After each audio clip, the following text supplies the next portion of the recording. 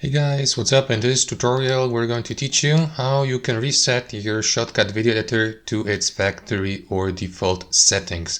So let us get started. So guys, let's assume you've been working on a video project here in Shotcut, and over the time you have added a lot of changes and customized your Shotcut video editor, and now you'd like to reset it to its factory settings. All you need to do, guys, is click into settings here at the top. You can even be in a video project. You can do that anytime by simply clicking into settings, and here at the bottom, guys, of the Shotcut video editor settings, you will see that option reset.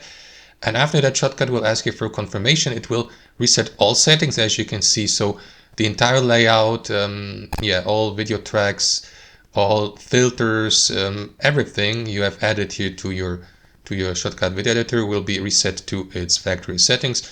To be honest, I don't really remember how these factory settings look like because I've been using that layout here for years. So if you'd like to confirm that, guys, simply click into yes, and after that Shotcut will restart with its factory settings. So let me click into no because I would like to keep my layout here and all settings. So that's how we do it, guys. Thanks for watching and have a fantastic day.